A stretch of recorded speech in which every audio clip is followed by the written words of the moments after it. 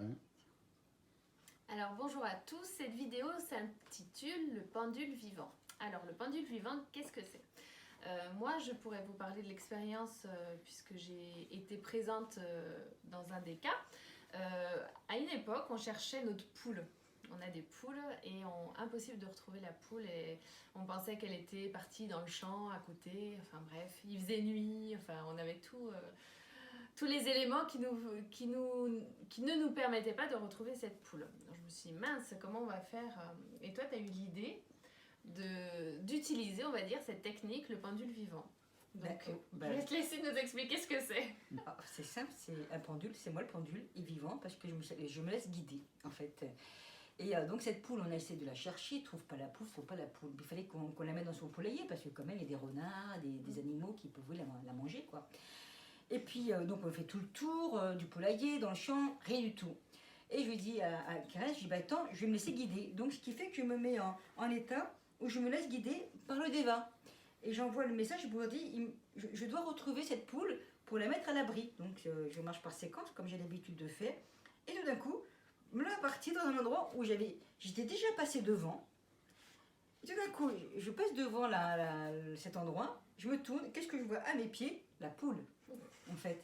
Donc j'avais été guidée. Donc on prend la poule, on met au poulailler, etc., etc. Mais en fin de compte, à la base, l'origine, c'était bien avant, il y a quelques années de ça, il y a pas mal d'années de ça, quoi. Ouais.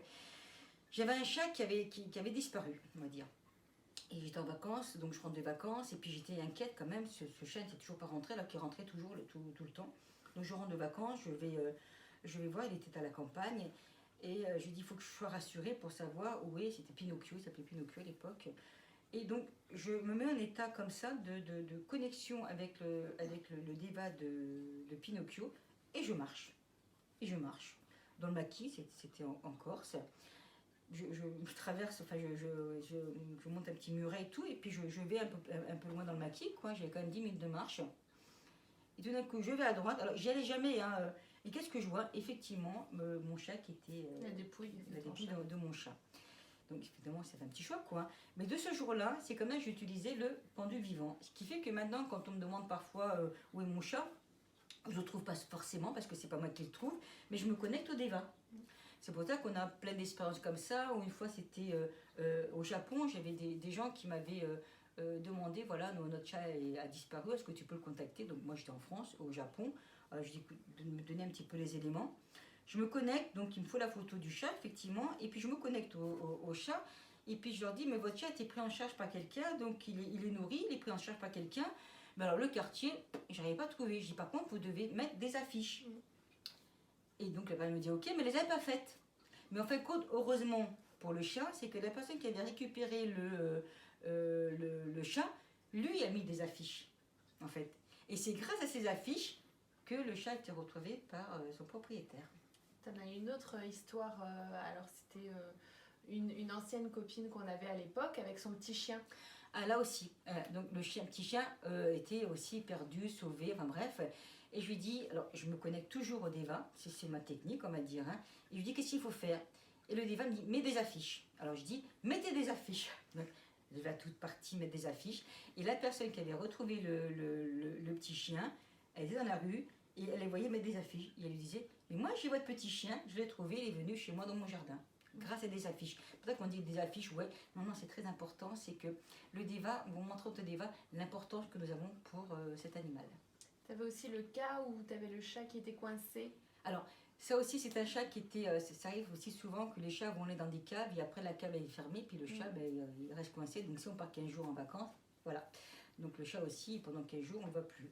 Donc c'était un chat qui avait disparu. Donc, au début, il avait eu peur. Donc il était parti parce qu'il avait eu peur d'un autre chat. La personne avait mis des affiches de partout, dans les boîtes aux lettres, etc., etc. Mais toujours pas de chat. Et elle me demande si je peux donner un coup de main. Donc qu'est-ce que je fais? Je me connecte au déva de ce chat qui a disparu.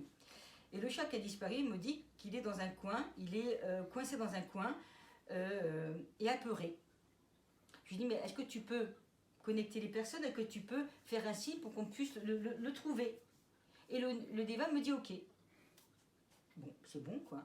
Le même matin, la personne me téléphone pour me dire qu'effectivement, quelqu'un lui avait téléphoné avait trouvé son chat dans la cave, qui était apeuré et qui a pu effectivement donc récupérer son chat parce qu'elle avait miaulé. La personne ne serait pas venue chez elle, le chat n'aurait pas miaulé, elle n'aurait jamais retrouvé son chat. Tout ça parce que le miaulement du chat, c'est pas le chat qui a miaulé, c'est le déva qui a fait miauler le chat. Donc quand on retrouve un chat, c'est pas nous qui retrouvons un chat, c'est que le déva veut bien qu'on retrouve le chat. Et si on ne le retrouve pas, c'est que le déva n'a pas envie, c'est que soit on s'en occupe pas, soit qu'en fin de compte, on n'a pas fait les efforts qu'il fallait. Certains font des efforts, mais le déva a décrété autre chose. C'est pas qu'il était maltraité, ça n'a rien à voir, hein, mais c'est le déva qui décrète que voilà, donc il n'a pas envie, ou bien c'est pas le moment, ou bien le chien apprend des certaines choses, ou bien qu'effectivement, parfois c'est trop tard. Donc on pourrait aussi retenir l'astuce, si on perd un animal, l'une des premières choses à faire, c'est de mettre des affiches. C'est la première chose.